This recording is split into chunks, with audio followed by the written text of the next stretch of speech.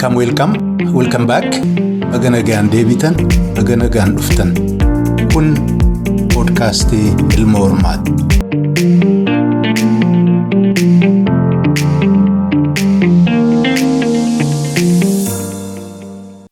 Ashamaa kabajamoo hordoftoota podcastii Ilma Hormaa irra deebiin baga nagaan dhuftan, baga nagaan deebitan isiniin jedha.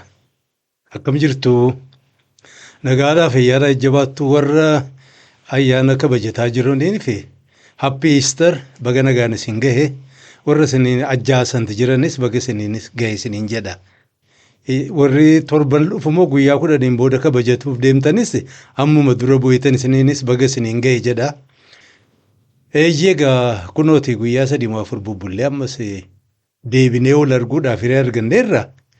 Hiree arganne kana immoo bilaashaan hin gadhiisnu waan guyyaa 3-4 kana keessatti tattaan taateewwan gurguddoo waan ijoo ta'an kan hin dhagee dubbisee daawwadhe keessaa warri hiree argatee jalan deemne hin hordofne yoo jiraate akka quba qabaatan isiniin qooddachuuf kunoo as deebi'ee dhufeen jira.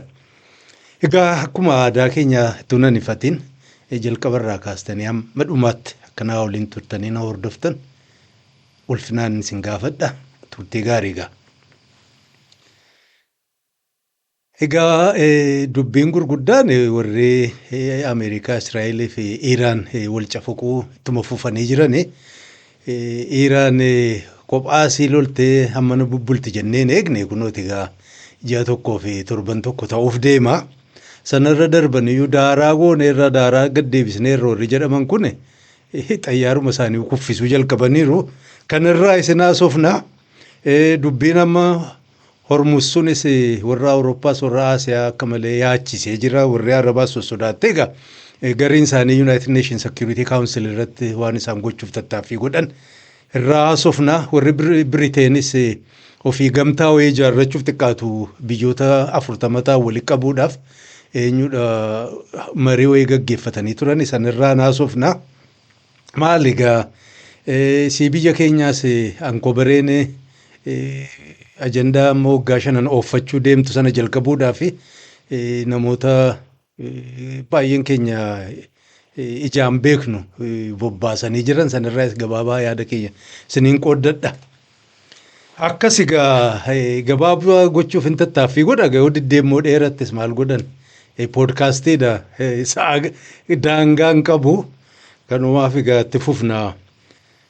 Haasaan keessa dura biyya amma Itoophiyaa sana keessatti naannoo Amaaraatti filmaata kana mormuudhaan hiriira ba'an ka jedhu sooshaal miidiyaa irratti argee dubbisee kun akkuma argitanu tokko ka qawwee baate kaameeraa harkaa qabu suuraa kaasaanii dhaadannoo garaagaraa isaanii fudhatanii bahan mul'isti akka argaa jirrutti egaa bakka garii irratti akkan dubbisetti kunooti warra kanatti hiriira bahee akkuma argitanu dhaadannoo Afrikaa qabu gaabii isaaniis uffata yeroo garis warruma charchii bahee deebi'uuf fakkaata akka Itoophiyaa argine sanatti jechuudha. Xabaliifaa dhuganii isin qawwee baatte kun warra didee mootummaa mormaa jiru moo warruma mootummaatti isaan eegaa jiran beeku.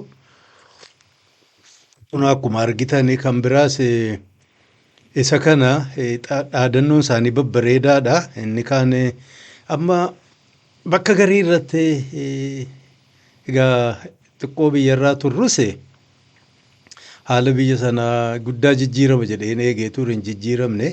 Dhaadannoo irra guddaa uummanni dhaadannoo baadhatee deemu sun dhaamsa isaa miti yeroo duriitti akka beeknutti waanuma warri ofii ijaarametti kenne baadhatee sanaan deema. Jara kanas hogguun argu nama tuffattinaan hin jedhiniiti. Kunoo akkuma argaa jiru dhaadannoon kun dhiiroo kan isaaniiti tokko amma afaan Ingiliziitiin barreeffamin argitan the election is a sham jedheeti egaa but the suffering is real. Filmaanni kun dhara ammoo dhibeen rakkoon keenya dhugaadha kan jedhu namni baadhatee jira. Isa kana eessatti print godhatee isa barreeffate moo egaa yuunivarsiitiinis danateera jedhani namni hedduu beekumsaan fagaatuun oolu kan biraa kunooti baadiyyaa wayii mana barnootaa taate mooraa wayii keessa taa'anii jirani alaabaan isaan alaabaa eenyu dhiifam Dhaadannoon isaanii alaabaa warra Imaraatii tolchanii achi jalatti afaan Ingiliziitiin UAE United Arab Emirates take your hands off Ethiopia jedha. Nama lama baadhatee jira gajarri kun akka malee barnootaan biyyi sun jabaatteetti jechuudha. Isa kana tolfatanii yeroo duraa tokkoon artificial intelligence naaf fakkaatee ture booda qormaata jala galcheennaa laalu suma dhugaate hagaa amma maal jettanis waan kun isaanuma tolfatee amma UAE'n kunis bakka isiin jirtu alaabaa isii kanas beekanii afaan Ingilizii kanaanis jabaatanii tolfatanii bahan moo akkam jettu amma kasaanii miti yoon jedhe nama tuffatte naan jettan. Kasaaniiti yoon jedhe mituma argitu moo ijaan qabdu faanaan jettan rakkadhe. Amma gaa warri uummata kana mormiidhaaf gad baasu inni mootummaas deeggarsaan gad baasu waggaa meeqa erga eenyuun warraaqsitee jedhame asi numa rakkataa jira jechuudha. Ajandaadhuma namni irratti fe'e. Uummatuma kanarra waa fe'u uummatuma kanarra waa fe'u ammoo afaaniin uummata kanaaf qabsoofnaa mirga uummata kanaaf jedha afaan Amaaraatiin afaan Maarreetiin cabaqama. Ammoo ajandaa ofiitti fe'an qaanyiin qaban ammoo kanumallee gabaa fuudhanii ba'an. Xiqqoollee afaan ofiitiin silaa barreessan afaan Amaaraatiin bareedaadha. Egaa hin wayyoofne inni mootummaarra jiru uummata miidha jedhamnuu fi inni immoo falmiitti jiru uummata bilisa baasa jedhu isiin eenyudhuma wayiiti suuraadhuma waliiti daawwitiidhuma jidduu kaasaniitu ilaalan inni kaan isa kaan calanqisa. Uummanni miidhame irra guddaan isa miidhe sana ta'uuf tattaaffii godhaan marti keessanuu beektu bakkuma hundatti mul'ate jechuuf hin jedhe. Ajandaa ofii warri barbaadu qubaan lakkaa'amu afaan uummataatiin maqaa uummataatiin dubbatamu malee uummata kanaaf yaadu. Jarri kun amma gaafa alaabaa kanatti tolchanii gaafa dhaadannoo kanatti kennanu maalumatti dhagahama laata. Amma addunyaa kamtu uummata kana waan kana barreeffatee gabbahee ajandaa isaaniiti. Jarri kun amma United Arab Emirates bakka isiin jirtu maappiidhumatti baasa warra beeku. Egaa kanaaf fagaatu dadhaba jechuuf hin jedhe riil warri uummataa maqaa uummataatiin gabba uummata sana rileet gochuu hin dandeenye aarii ofii dorgommii ofii fedhii ofii hiyyeessuma raffii osii mootummaarra jirtus kanaan adda hin jiran kanaan argee isiniin jechuuf hin jedhe yoon dogoggoree jira lakkii warri kun amma Itoophiyaa keessa yuunivarsiitiin ganda hunda jira baratanii ofii isaaniiti printing press qabanii tolfatanii gabba'an warri jettan yoo jiraattan egaa as jalatti kooment godhaati irraa hin baradha. Kana inni kan biraa warri balbalaan kobaree eeganu yelawuxa hawaariyaati. Warri taane eerroo marraa lammaffaa qopheeffataa jiran na fakkaata. Ajandaan isaanii ittiin bahan Oromiyaan maallee Oromiyaa sagaleen qawwee keessatti hin dhaga'amne maal jechuudha Oromiyaa qawween sagaleen qawwee keessatti hin dhaga'amne. Mootummaa dhiisuuf deema nama ajjeesuu nama dhukaasuu baadiyyaa keessa bosona keessa deemee ijoollee ajjeesuu diroonii Imiraatii kanaan nama lafarraa fixuu dhiisuuf deemammoo maal inni? Moo silaa ajandaa warra Teelaaviivii fi warra Abudaabii oofaa jiran ajandaa kana oofuuf deemna marti keessanuu hiikkadhaa gattaa'aa lachedhaa waan isin hin jenne jala bulaa jechuu isaaniis na fakkaata. Egaa lawuxa hawaariyaan jara kana kun akkuma argitan nama 5 6 7 8 duuba jiran warri isin beektan biyya alaa kana keessa deddeemaa warri ture. Jara kana laaleetanii jedhe amma jarri kun akkuma ijoollee warra Aduwaa gaafa aangoo qaban sana gabbahanii maqaa uummata Tigraayeen haasa'aa turan ammoo ofirraa xiqqoollee self awareness jedhan hin qaban bitaa mirga laalanii dhiiroo warri kaan meerree warri Oromiyaa kan biraa meerree nu qofaa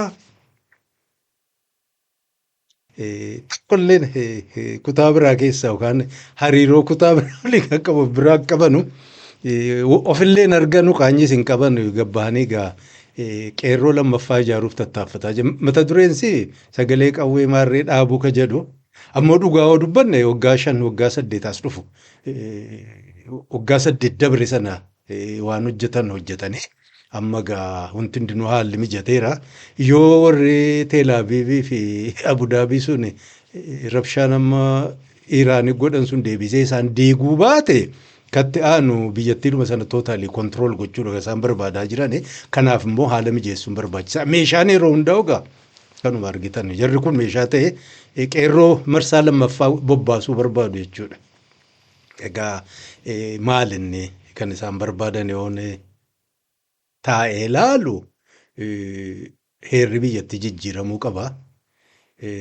Caasaan akkaataa biyyi ijaaramte sun jijjiiramuu qaba. Maaliif jennaan namni warri biiliyoona qabu warri risoorsii barbaadu dachiisan warri barbaadu albuuda biyya sana jirtu warri to'achuu barbaadu enerjii amma keessaa eenyudha renewable enerjii jiranii sanarra bobba'ee bu'aa warri barbaadu naannoo naannootti uummanni sabaan ijaaramee biyya kiyya daangaa kiyya jedhu kun gufuu guddaadha.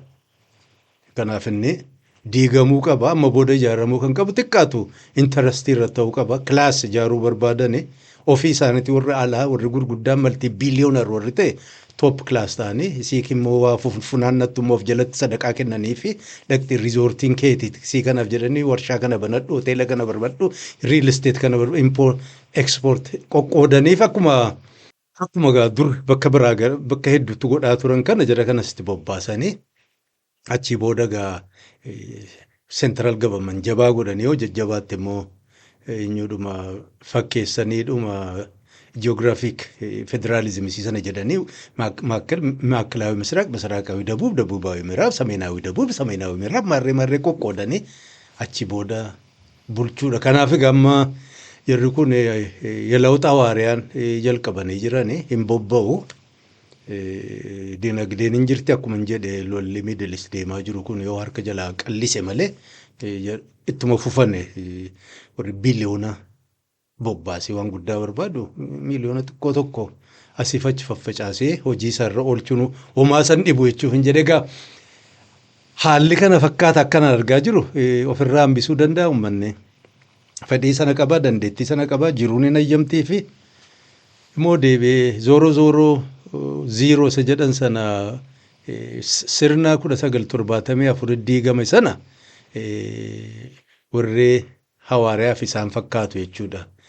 Deebisanii bifa haaraatiin ijaaruuf tattaaffii godhanti fufaa jiran dirree ba'anii himataniiru gariin isaanii jara kanallee ta'uu baatu abbootii keenya akaakiyyuu keenyatu waan kana ijaare amma deebisanii state building bifa gaafas jalqabamee jalaa honga'e sana jabeessuullee ka jedhu gaa amansiifatan warri alaamoo economic interest fi horn of Africa akkuma argitanu Hargeysaa irraa kaaseeti amma Siinaay sana keessatti waa ijaarrachuuf ajandaa qaban immoo galiin isaanii kan biraati egaa duri warri Ashrafa jedhan kun fi warri Sayyid jedhamu sanyii warra Nabii Muhammad jedhanii egaa sanarraan kan ka'e mirga garaagaraa hawaasni musliimaa akka kennuuf advantages waan ta'e garaagaraa qabaataa turani booda keessa egaa karaa eenyu kana Yamanii biyya Hadraamii irraa ka'anii warri garaagaraa baqatan gariin isaanii asuma East Africa fi Horn of Africa deeme gariin immoo South East Asia deeman bakka deemanitti amma yeroo duraa dhiira baqatee deeme achi deemnaan dubartii biyya sanaa fuudhuudha irraa dhalcha bayyanannaan immoo deebi'ee immoo warra isaa barbaada ijoollee isaa gosa isaanii irraa akkamiin bulchuuf deemnaa rakkootti ta'e jechuudha. Kanaaf nama sadarkaan qooduu jalqaban Ashrafa qulqulluu kan jedhamu haatis maarreen irraa dhalatte dubartii isaanii nama biraatti hin kennanu Ashrafa qofa yoo ta'e malee dhiirri fuudhuu danda'a. So Ashrafa sadarkaa tokkoffaa Ashrafa sadarkaa lammaffaa Ashrafa jajjadhanii qoqqoodanii biyya amma akka Baangilaadesh akka Paakistaan kana keessatti Ashrafa Aglaaf jedhanii naannoo keenya keessatti sasseenee rakkoon sun mul'ataa ture. Ankoobareenis jara kana sadarkaa meeqaffaarra keenyaaf jara kana ankoobaree sadarkaa sadaffaa jiru na fakkaata jarri kun. Egaa ankoobareen sadarkaa tokkoffaarra jirtu jara kana bobbaastee jirti dhaqaati. Warra keessanitti akkuma kanaan dura waggaa 8 hojjettani san duras warri gariinis hojjetaa turtani. Itti bobba'aa jiran egaa waan itti ba'u arguuf jiraattan eenyuun qilleensa addunyaa isaanumaaf ka kennite fakkaata.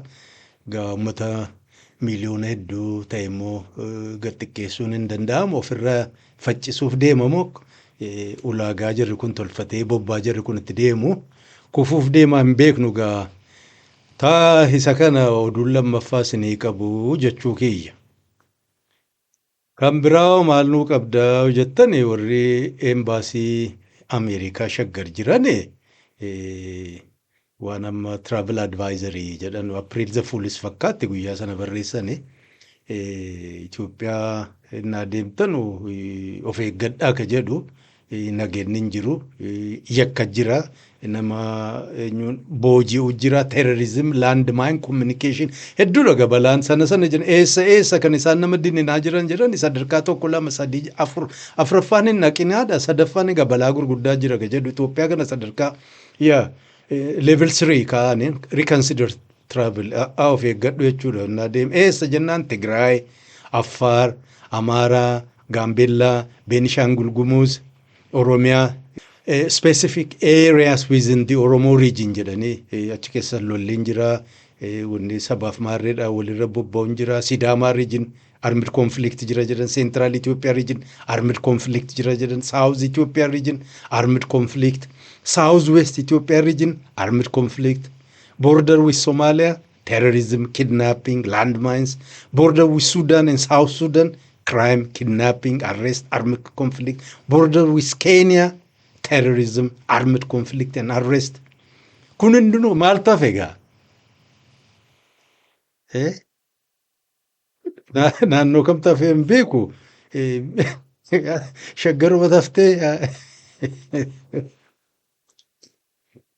maaliif akkas godhani warri embaasii Ameerikaa waan jaallatuun ankoo biree kana. Maaliif akkasii billaa eenyu qabbanooftu tokko duubaan itti dhaabanii nan gaafatinimmaa. Kana gaa isiin Horn of Afrikaa keessaa Itoophiyaa fakkaattu oduunaan isinii qabu. Jarri keessan akkas fakkaatu dubbiin jajjabaan egaa warruma Iiraan keessaa Hormuus kana Iiraan to'attee kafaltiidhaan nama daddabarsite. Kan ammoo fudhachuu warri jibbee gugumgumaa jiran isaan keessaa egaa tokko korraa Ingiliis kun qaallittiin dantaa haajaa alaa yoo feete biyyoota 40 waliin marii gaggeessine jetti eenyuudhumaan dijitaaliin waliin haasofne jedhan waan isaan haasa'aniif dubbii isiin goote waliin haasa'aniin himan waan isiin dubbatte irraa xiqqoo isinii fuudheen jira kun waliin acaqasnu. Biyyoota 40 jetti hunda isaanii liistiin goone keessaa Kaanaadaan keessa akka jirtu Indiyaan keessa jirti Naayijeeriyaan keessa jirti warra Awurooppaa kun baay'een Ameerikaa qofatu warra guddaa keessaa qooda keessaa hin fudhanne naaf fakkaata kunooti gaa waan isin xeentu waliin dhageenyu. Good morning everyone, can I say good morning, afternoon and evening to colleagues from all over the world. Can I welcome, we have foreign ministers and representatives from over 40 countries today to discuss the Strait of Hormuz, the impact of the closure, the urgent need to restore freedom of navigation for international shipping and the strength of our international determination to see the strait reopen once more. Namoota biyya 40 ol ka ta'u warra ministeerota dantaa alaatii fi bakka bu'oota biyyoota kanaa wal geenye jechuudha. Rakkoo amma Hormuuz sana ka jiruu fi achirraan markaba walii gad deddeebisuu rakkoonni fide daddafnee furmaata argamsiisuu irratti gaa belbeltuudha jetti. In the last 24 hours, it says 25 vessels passed through the strait, which is an international shipping route that would normally see 150 vessels a day. There have been over 25 attacks on vessels in the strait. Eenyuudha lakkoofsa markaba Iraan miiliyoona irraa qarattee suutaan dabarsitan dhiphistee jirti akkuma dheengadda jenne sanarraa nama guyyaatti kanaan dura 100 foo'ee markabni keessa darbu amma lakkoofsaan isiin himte gaba akkasii amma dhugaa ta'e hin beeknu lola oofane ammoo xiqqaadhuma himte akkas gad xiqqaatee jira jetti gabaan. And there are some 20,000 trapped seafarers on some 2,000 trapped ships. We have seen Iran hijack an international shipping route to hold the global economy hostage. Warramma markaba kumalamaaf ka ta'u jechuu achitti olii ka seenes ka seenuu barbaadu achitti hafee dhaabbatee jira isa keessatti warri dalagu jechuudha bifa garaa garaatiin nama 20,000 ol ka jedhutu kun ji'a tokko ol hidhamee taa'aa jira kunis rakkoodha itti himachuusiiti. This is hitting the trading routes for Kuwait, Bahrain, Qatar, the UAE, Saudi, Oman, Iraq. But that means liquid natural gas for Asia, fertilizer for Africa, and jet fuel for the world. Biyyoota gaazii bifa garaa garaa baasan gubbaa Iraaq irraa kaastee Kuweeti, Bahareen, Imiraati, Saawudiidha, Omaan jarreen kun hidhanii Iraan hiitee bira qabde kunis rakkoof ta'e jette warra gaazii barbaadu gara Aasiyaa jiranii fi Afrikaa immoo xaa'oomaa dabaree barbaaddatti Awurooppaan egaa xayyaaraa afaan ta'u gaazii xayyaaraa barbaadan isaanii kanaan nu hiitee akka nurra dalagaa jirti jettee boossi. And that Iranian recklessness towards countries who were never involved in this conflict, which we and 130 countries across the world have strongly condemned at the United Nations, is not just hitting mortgage rates and petrol prices and the cost of living here in the UK and in many different countries across the world, it is hitting our global economic security. And the World Bank estimates that this attack on the Strait could push 9 million people worldwide into food insecurity alongside the unsustainable increases that we have seen in oil prices and food prices hitting households and businesses in every corner of the world. Iraanin balaaleffanne jetti biyya garaa garaa United Nations biyya 100 fooyi ta'aniiti warra waa tokko lola keessaa qooda hin qabne nurratti miidhaa gochuun isaanii Iraan akkas nurra bobba'uunsi balaa gurguddaa dhaqqabsiiseera jetti World Bank na fakkaama World Food Program manni miiliyoona meeqa ta'u midhaan dhabuuf deema gatiin midhaanaa gatiin midhaanii gatiin gaazii maarreen Pirik qaala of deemaa takka kaafaa siitii hin baane Israa'elii fi Ameerikaatu yaa'ii kana jalqabanii hin jettu siin. So that is why we've come together as foreign ministers and officials from across the world today. So those who joined in the leaders' statement on restoring safe passage through the Strait and more, and many more, coming together in our collective determination to secure freedom of navigation and to reopen the Strait. Alongside today's discussions, we are also convening military planners to look at how we marshal our collective defensive military capabilities, including looking at issues such as demining or reassurance once the conflict eases. But in today's meeting, we are focusing on the diplomatic and international planning measures, including collective mobilisation of our full range of diplomatic and economic tools and pressures, reassurance work with industry, insurers and energy markets, and also action to guarantee the safety of trapped ships and seafarers, and effective coordination that we need across the world to enable a safe and sustained opening of the Strait. Karaa bahara sana bansiisuudhaaf mala jiru hunda waliin mari'ataa jirti jechuun amma gatiin warri insurance markaboota kana inshuur godhu guddaan isaa warra Awurooppaa jijjiiru kana gurguddaan isaanis gatii ol dheeressuun isaa rakkootti ta'eera kanarra darbee humna waraanaa karaa sana akkatti geessinu amma warri Iraan dhukaawee bishaan keessatti hidhanii jiran sana baasuu gara fuulduraatiif immoo humna waraanaa jechuudha markabuma kana akka eenyu godhee daddabarsu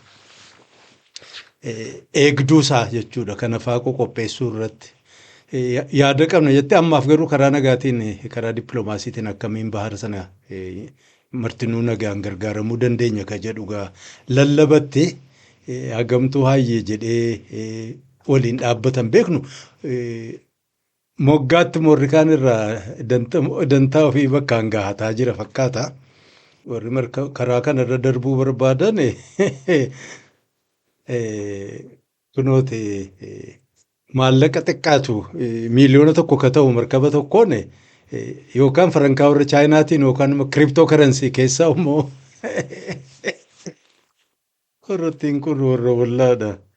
Akka oduun kun jettu xiqqaatu miliyoona 2 jetti farankaa warra Shiinaa sana jechuudha. Yookaan immoo eenyudhuma kiriptoo karansii maallaqa beekamaa waliin warri hidhata qabu kanneen malee fudhachuu dinne jetti. Fudhachuu didanii kanaaf maallaqa guurrata bash jirti Iraan kolfuu jirti. Inumaa rakkoon isaanii bu'aa ta'e fakkaata. Egaa isaan keessaa kunooti warri Faransaay marraa duraatiif mootummaa Awurooppaa kan biyya Awurooppaa taate alaabaa sanaan markabni sossoo'u tokko darbeera jedhan warra Faransaay warri Jaappaanis Iraan akkasii maallaqa kafal warri Chaayinaati marraqa Chaayinaatii fi kiriptoo karansii kafalchiisaa dabarsaa jirti. Sanuma cinaa immoo mootummaan warra Bahareen kun amma gabaatii kanaaf isaantu sekiriitii kaansilii sekireetarii aangootti qabane sanarratti hundaa'uudhaan Iraan kana humnaan dhiifama. Humnaan humruus kana bansiisuu kan jedhu riizoolishinii itti dhiyeessanii riizoolishinii isaan dhiyeessanii jennaan Chaayinaadhaa, Raashiyaa fi Faransaay diddidaa jiran tuma jedhanu bulchanii lakkee kana keessa humnaan kan jiru keessaa hambisaa kana keessaa hambisaa tuma jedhanu marraa meeqa sadii moo arfaffaa tuma bobooxaanu kaleessaaf wal baallamatanii turanii kaleessi silaa ayyaana inni dalagu jedhanii yoo xiqqaate egaa yookaan guyyaa arbaa yookaan immoo isniina dhufu itti deebi'uuf deemu fakkaata. Eduma kanaan jiranu pireezidaantii warra Faransaay Maakroon Asiyaa kana ziyaaraarra jira. Yuunivarsiitii wayii tokko keessatti ijoolleen gaaffii akka gaafattuuf hiree geessanii isaan waliin marii gaggeessuu irratti gurbaan tokko waan amma deemaa jiru. Lola amma Israa'elii fi Ameerikaan Iraan irra gaggeessaa jiran kun akkamitti ilaalta jedhu gurbaan dhaabbatee jidduu kun isa gaafataani maayyiidha gaaffii maayyiiti kunoo deebii inni kenne. What we have to do is to stick to the principles. We signed a charter building the United Nations. And the day you start creating yourself double standard, what is your credibility to avoid war? The day you say, I don't like your regime, I don't like your organization, I consider you are threatening your neighbor, so I will intervene and bomb you. You open a Pandora box. Because nobody, I mean, why shouldn't the other do the same? So this is why I really think that being compliant with international law does make sense for everybody. United Nation heeraaf tartiiba tolfannee jirra sanaan tarkaanfachuu malee kophaatti immoo heera kun biraa tolfatanii deemuu lakkiyaan biyya keenya jaalladhus mootummaa keenya jaalladhu kana yookaan immoo ollaa keenya jaalladhu ka jedhu humnaan qabaa fi boombii dhukaastee biyya diiguu jalqabde bakka itti dhaabbatan hin jiru. Paandooraan egaa warra Giriiktuu sheekoo isaanii keessatti waa hedduu baadhattee deemte jedhanii waan silaa dhokatee gattaa jiru namni hundinuu yoo irree qabu ollaa isaarra bobba'u jalqabe dhibee keessaa hin baanetti of darbuu deemnaa jechuu isaati. And this is why, if we go to Iran, we say we do believe in international order and with the importance of negotiation. Iran is a very bad regime. No discussion about that. I disagree with them on a lot of topics. But I don't believe that we will fix the situation just by bombings or by military operations. Egaa sanuma gara Iraanitti fakkeenya yoo fudhanne ka jedhuun sirna Iraan keessa jiru warra bulchaa jiru hin jaallatanu garuu isaan jibbe jennee humnaan boombiidhaan irreedhaan itti bobbaane furmaata gochuu furmaata argamsiisuu hin dandeenyu yoo uummanni waan sana sirna sana hin jaallanne uummanni ofirraa darbu malee keenya hojii keenyaa miti jechuu isaati. Look at what happened with this type of operation in Iraq, in Afghanistan, in Libya. We never delivered. Never. Even after 20 years. So you have to respect the sovereignty of people. If people want to change a regime, they want to react, step up, they can do so.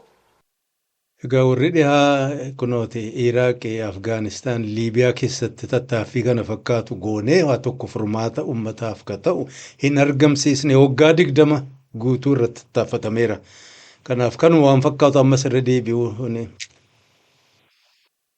Egaa kana fakkaata warri Faransaay namichi Ameerikaas guyyuma tokko haasaa kanaan dura na fakkaata qoosaatti godhe dhaga'uun ooltanu Maakirooniin kana xiqqeesse keessaa immoo warruma kiristaanaa kana walgahii waammatee isaanuma gubbaa irratti haati manaasaa tumaanii jirti sanarra hin bayyana tumaarree baraan sana asirratti hin dubbadhu nan dhiisa kunooti egaa Maakiroon irraa achi fagaatuun isaa markabni xiqqaatu tokkollee taatu haguurtee fi baateetti kana fakkaata warri Shiinaa dubbataa ministeera dantaa alaa isaanii kan taate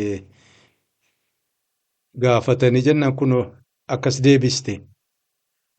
Military means cannot solve any problem, fundamental issues, and to escalate the conflict does not serve any party's interest. Once again, we urge parties to the conflict to immediately stop military operations and start peace talks as soon as possible to resolve issues through dialogue and negotiation and prevent greater impact on the world economy and global energy security.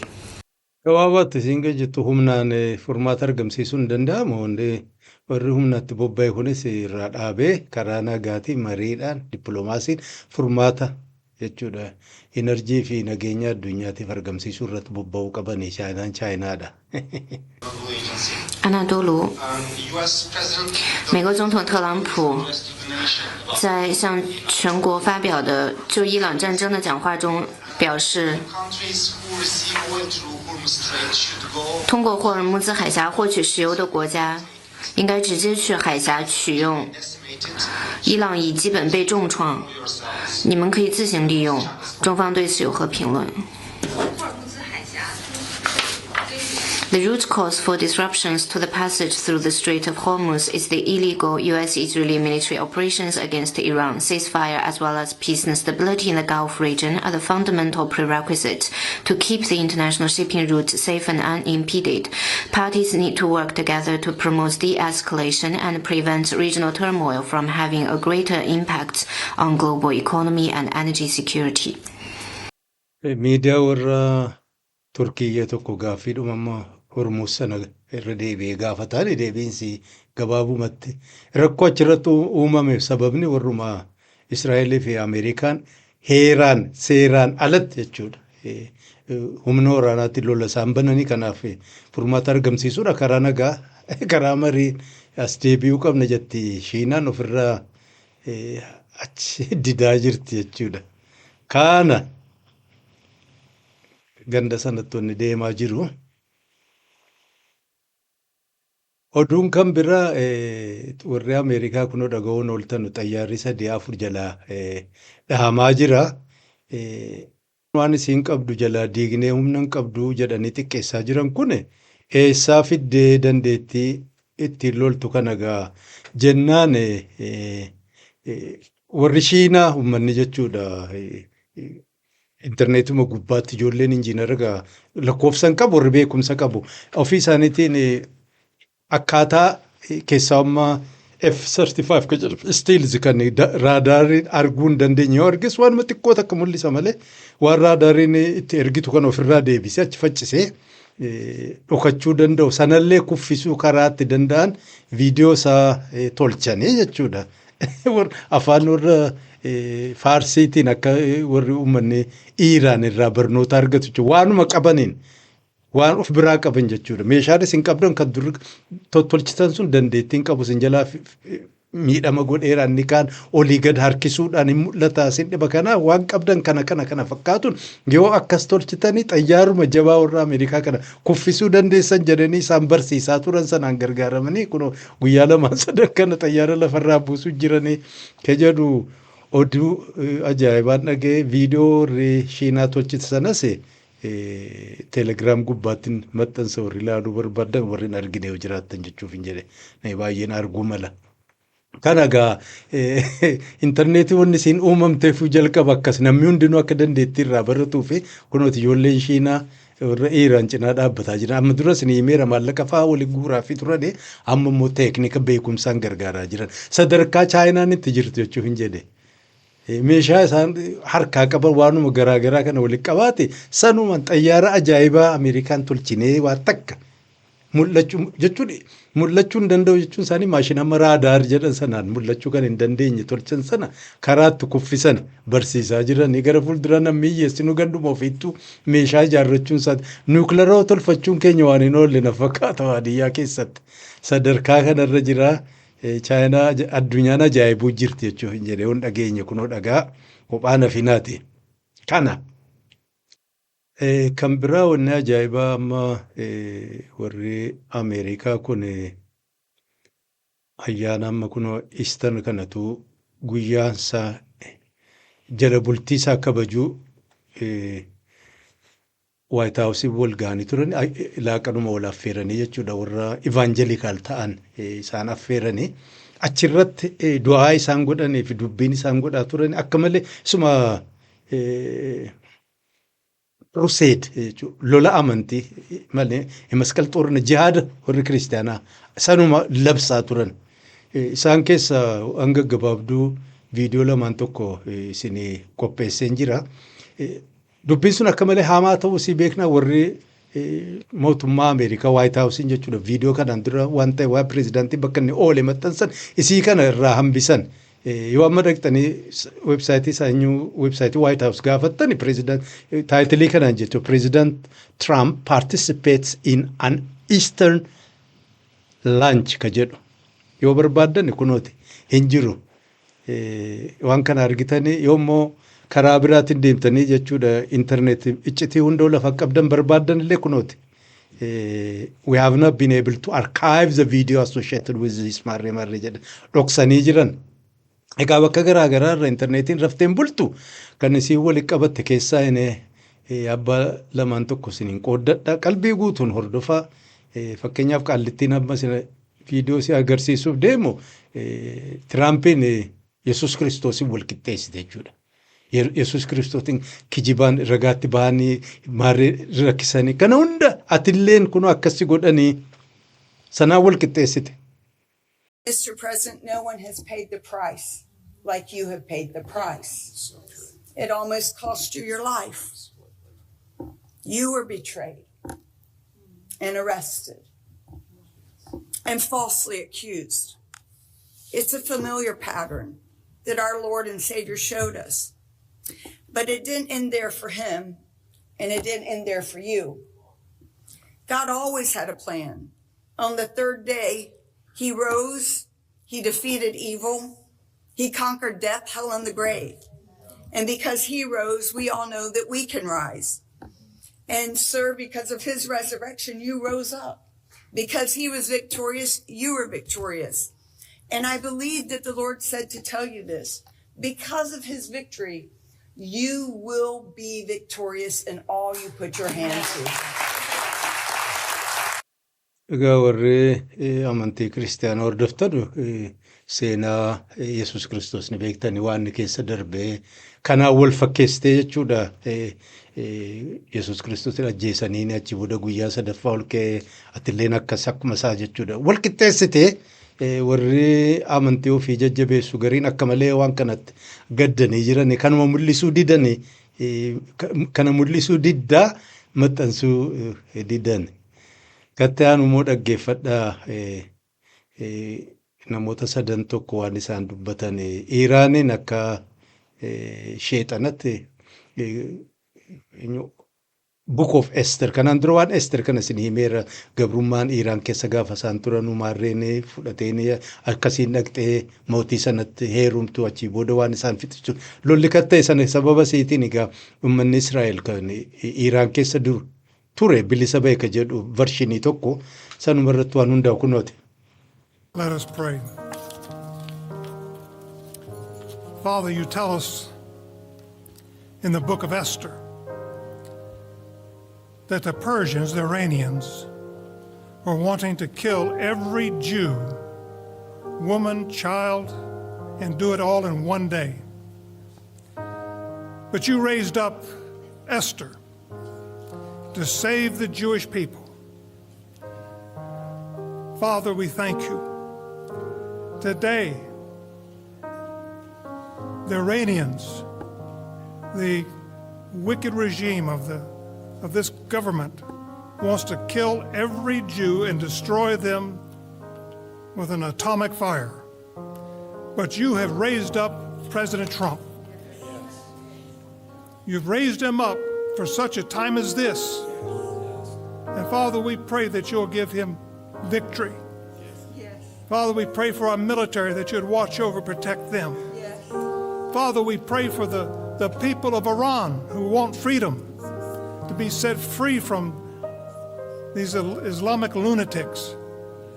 Father, we thank you for your Son, Jesus Christ, who came to this earth to take our sins, that he died and shed his blood on a cross for our sins, that he was buried. He took our sins to the grave, but you raised him to life. And Father, we thank you and we praise you and we give you the glory.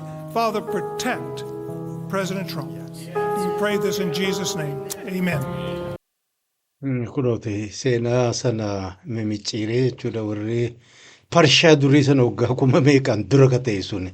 Kuma sana jarri kunis warri amma jiru warri Iiraan kun uummata Yahudaa lafarraa fixuu fi boombiidhaaf maarinni atoomik boombi jedhamu maal nuclear bomb sanaan dhabamsiisuu warra deemu isaanii qoqqophaa jiran kunoo gooftaa Yesuus Kiristoos Tirampiin ol kaasee kana gaa kanaaf isaaf du'aa eegoona.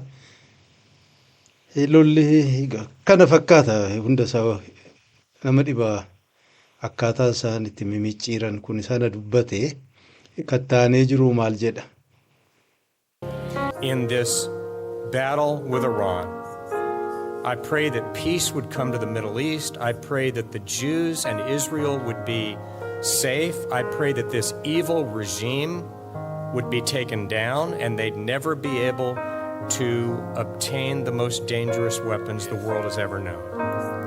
And finally, Lord, we pray for the president and for this nation that the truth of the resurrection power of what Jesus did at Calvary would be a reality in their lives and in the life of our nation. And it's in his name and for his glory that we ask it. Amen. Kunis akkuma sana uummata warra Iiraan bulchu sana abaaree warra Israa'elii fi Tiraampiif du'aa eeguudha Ameerikaa seebbisee biraa galee kunoo kamaayyimmoo kana. We realize this is not just a political battle we're in, it's a spiritual battle. A battle between light and darkness, a battle between the kingdom of God and the kingdom of Satan, and we know you're going to prevail. And I just pray you would help us be an encouragement to this great president, that you would continue to use him in a mighty way.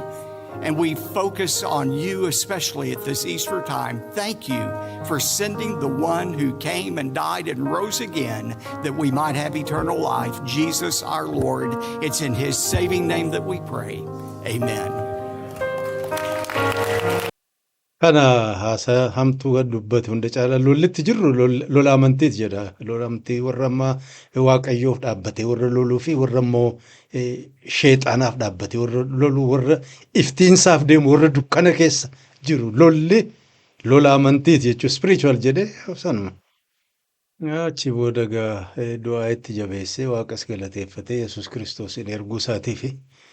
Kana fakkaata gaa warra kanatu warra Iiraaniin amantii irratti hundaa'anii lola amantii gaggeessan jedhanii maqaa balleessanii ofii immoo waan isaan godhaa jiran gaa kana fakkaata warri hin daawwanne yoo jiraate guutuu isaa barbaadaa jala deema ajaa'iba jechuuf hin jedhe yeroo garagarii gulaalana warri amantii hin qabne warri keessoo ateessi ta'e isaanumatu mata nagaatii laata.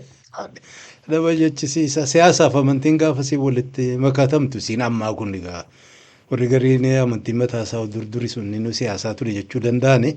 Kana egaa kan biraa achi dura pireezidaantiin Ameerikaa kun dubbii godhee dubbii sana gubbaatti egaa warra Iiraan eenyudhuma Stone jedhaniin bara amma wallaalummaa bara dukkanaa bara ilmi namaa waa takka hin beeknetti achittiin gad xiqqeessa kan jedhu kan dubbate addunyaan guutuun dhagayeera kunoo. We are going to hit them extremely hard over the next 2 to 3 weeks. We're going to bring them back to the Stone Ages where they belong.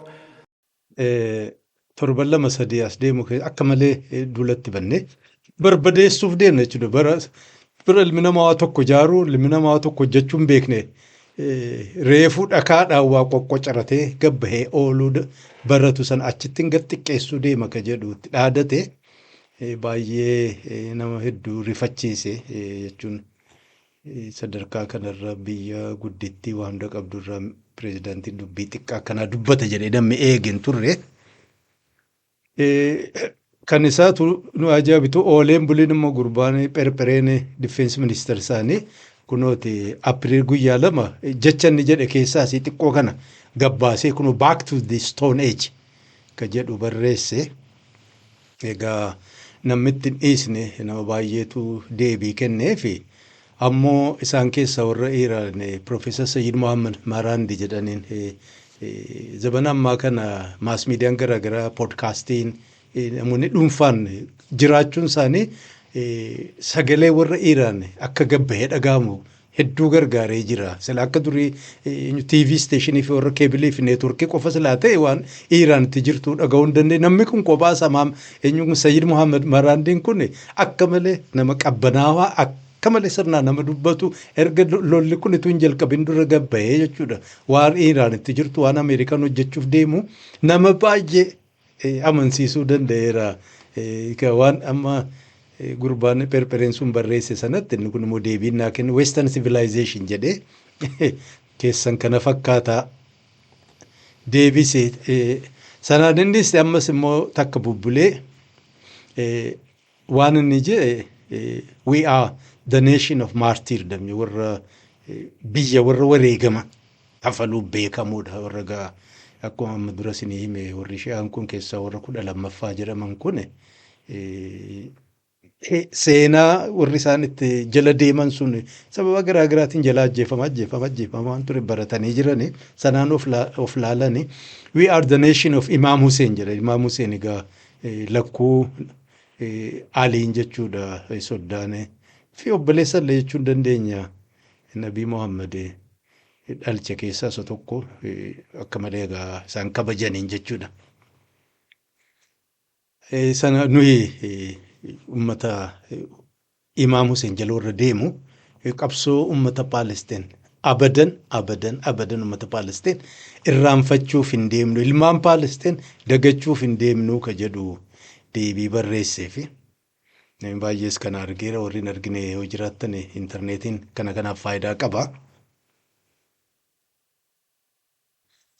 Innis egaa Ameerikaan akkuma dhaadatan sanatti riqicha haaraa chaayinaatti ijaareef fakka ammaa kan hin dhumne hedduu dheeraa jedhamee faarfamu magaalaa guddittiif kaan magaalaa wayii tokko waliif fidu xayyaaraan cabsanii kunooti hogguu diiganuun viidiyoo hin mul'atu yoon argadhe isin mul'isa. Pireezidaantiin Ameerikaa adoonna waan kana godheefis naan galu kunooti viidiyoo eenyuun gaafanne riqichi kun xayyaaraan dhahamee naannee jigu kan mul'isu gubbaatti barruudhaan kunoo the biggest bridge in Iran comes tumbling down and never to be used again jedha.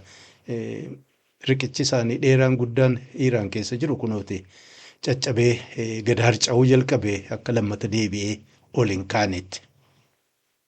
Abiraallee hedduu akkasii itti fufuuf deemaa jedha. Warra Iraan bulchuuf jechuudha. Ituu ittiin dukkanaa'in, ituu ittiin dhihin araaratti as deebi'uun yeroo isaanii jedha. Biyya silaa guddittii ta'uu dandeessu Iraan jechuu isaati. Wanni irraa hafe hin jiru. Kaafte yoo jiraatte dhabamsiisuuf deemna ka jedhu gabaa gubbaatti tuffiidha quufa keessa bahudha jechuudha biyya namaa diiganii.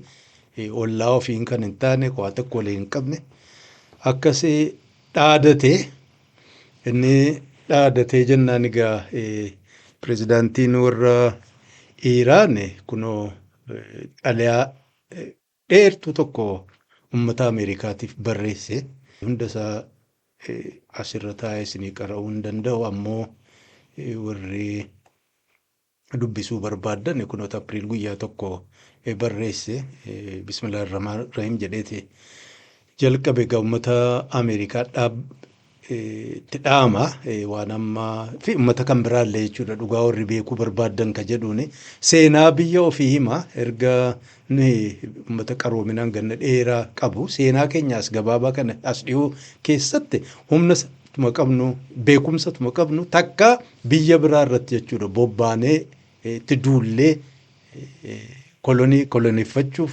dhabamsiisuuf tattaaffii nuti goone hin jiru jedha biyya isaanii keessattis sadarkaa guddinaa waan barnootaa kana hunda jechuudha takka takkaan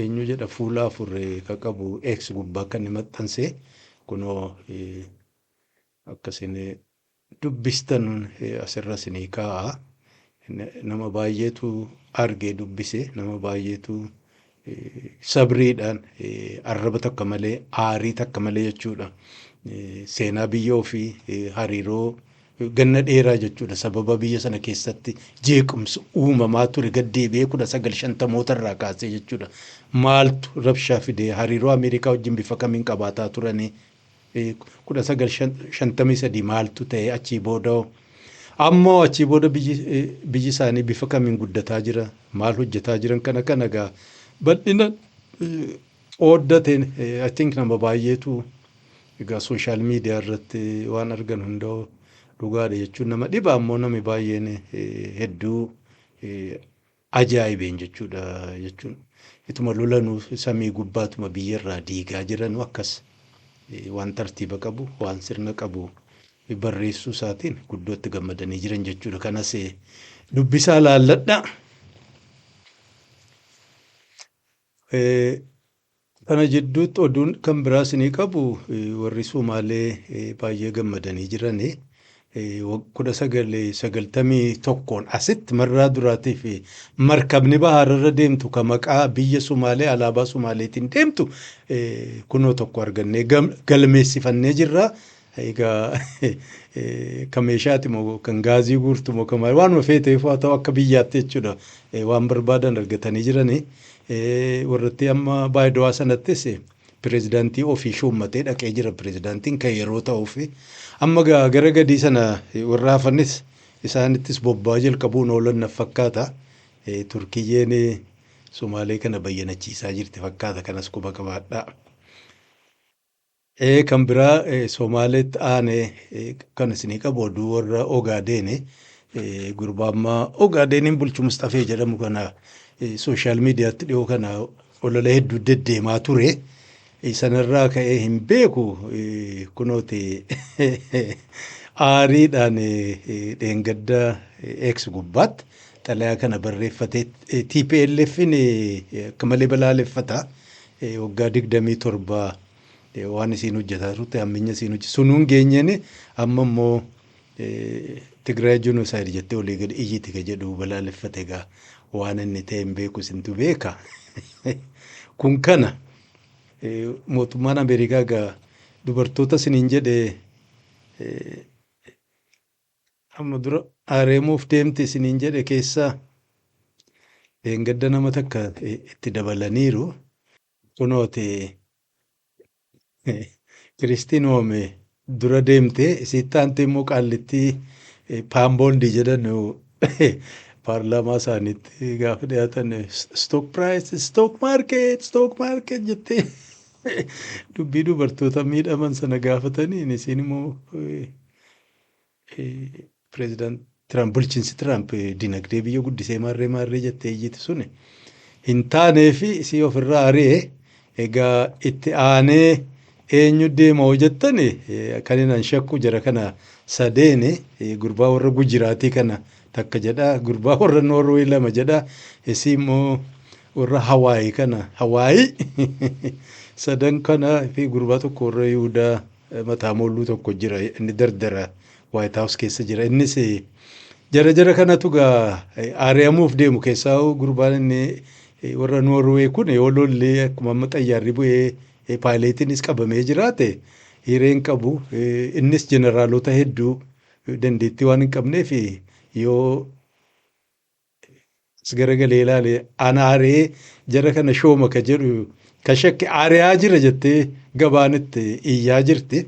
Kana hunda walitti qabataniiti warri Iiraan reejim cheenjii mootummaa jijjiirra isaan jedhan isaanirra dhaqqabe ka jedhu embaasii warra Iiraan Saawuz Afrikaa jirtu suuraa warra Ameerikaa waraana keessaa ari'aman kana maxxansanii the regime change happened successfully ka jedhu kunoo bifa kanaan maxxansaniitti kolfaa jiran jechuudha. Nama meeqatu ari'ame 1 2 3 4 5 6 7 ka biraas kan isaanii maxxansine jira 7 ari'ame 4 taafe militarii keessatti jechuudha. Namicha chaappileewwan amantii fakkaatu irra bobba'u warra Afrikaan Ameerikaan sana hin baasne kana sadarkaa qoosaatti gad deebitee jirti dubbiin isiniin jechuufane. Ammas qoosaan kan bira Doonaald Tiraamp in dhaadata humni keenya maarreen jajjabaadha kanaaf hin diigna marqeenyu kana riqichas diigneerra amma kan nuuf electric power plant maarree diiguuf deemna jedha dhadhaadata. Kunooti dhaleessa immoo maaltu hafe jechuudha. Little more time kan nu hafe we can easily open the Hormuz Strait, take the oil and make fortune. Karaa baara kana bannee gaazii isaanii fuunnee jedhee maallaqa guddaadha.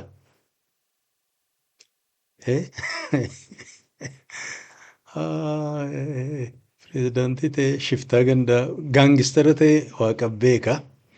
Tuma kanaan jirru warri Ameerikaa qoosaa dadhabu qoosaa tokko gad baasan kunoo Profeesarri isiniin jedhe sana maraandii sana suuraa isaa tolchaniiti pireezidaantii Ameerikummaa 2028tti saqaa dhibneerra jedhan.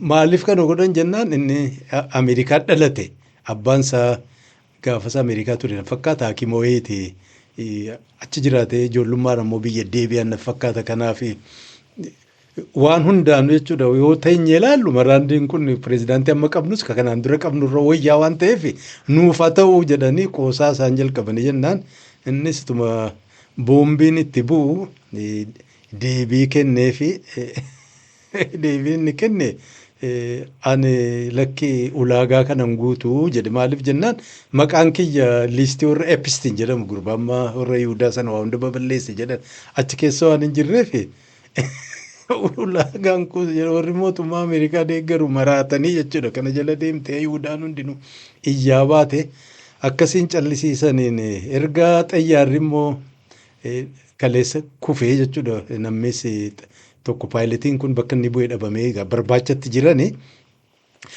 Dubbataan paarlaamaa warra Iiraan immoo kana barreesse gaalibaaf ka jedhanu.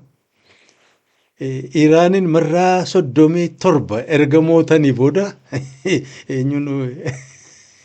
tarsimoon keessan ka hiriyyaan qabne kun jedhe amma rakkattanii gad bu'ee jechuudha.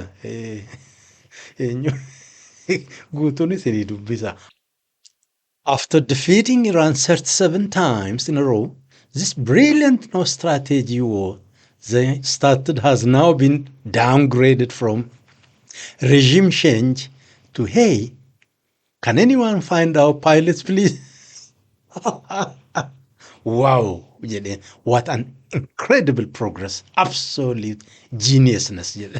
Itti takkaatti nafne jedhu warra Ameerikaatti marraa 37 lafarraa mooneen irra aannu jedhaa ture bubbuleete lakkiin yoo ajandaa biraan qabnu reejim cheenju gochuu malee mootummaadhuma jijjiiru amma sanas ni sana daraa paayilotota keenya argitaniittu jechuu jalqabani takkaatti nafne jedhe tarsimoon kana fakkaatu kanuma hankoo baree malee addunyaa biraa keessan jiru ka jedhugaa kana gaa wanti guyyaa sadan kana mul'ate warri Iiraan namaa wayyaawaa jiran fakkaata hin cabne namni baay'een suma dhugaati warri amma dura waan Iiraan taate waan Shi'aan waan Sunniin ta'e hin beekne hundinuu baruu jalqabne jechuuf hin jedha warri Shi'aa kun haalaan jajjabaadha warra beekumsa qabu warra tartiiba qabu egaa warri warri immoo kaan sunnii jedhaman eenyu jennaan namni amantii takka illee quban qabne warri sunnii warra Imiraatiiti warra Saawudiidha warra Omaanii warra Kuweeti kana jennaan jara kana warruma Iraan tirrooyye warri kun nafii qabdi jedhaa jirani. Iraan karaa lamaan moote jechuuf hin jedhee amantii siin gaggeessitullee akka malee tifoozoo guddaa argataa jira namni qalbiin jala deemaa jira. Akka biyyaattis akka uummataattis kabajaa argataniiru gaa. Lolli lolaa warri kaan humna jajjabaa qabani risoorsii daangaa hin qabne qabani. Egaa deemee garatti ba'uun beeknu guyyaa 3 kanaaf kana fakkaataa ture. Egaa jalqabarraa kaasee hamma dhumaa qalbii guutuun naa waliin turtanii nu hordofuu keessaniif guddaan isin galateeffadha. Yoo jiraanne immoo sagantaa biraatiin waan biraa qabannee dhufna. Filmaannis dhiyaataa jira fakkaata. Sanarraa iswaa xiqqoo afarsuun nurraa eegama. Sanas egaa yoo jiraanne irraa dubbatuuf teenya. Kanuma nagaan naa tura. Baay'ee.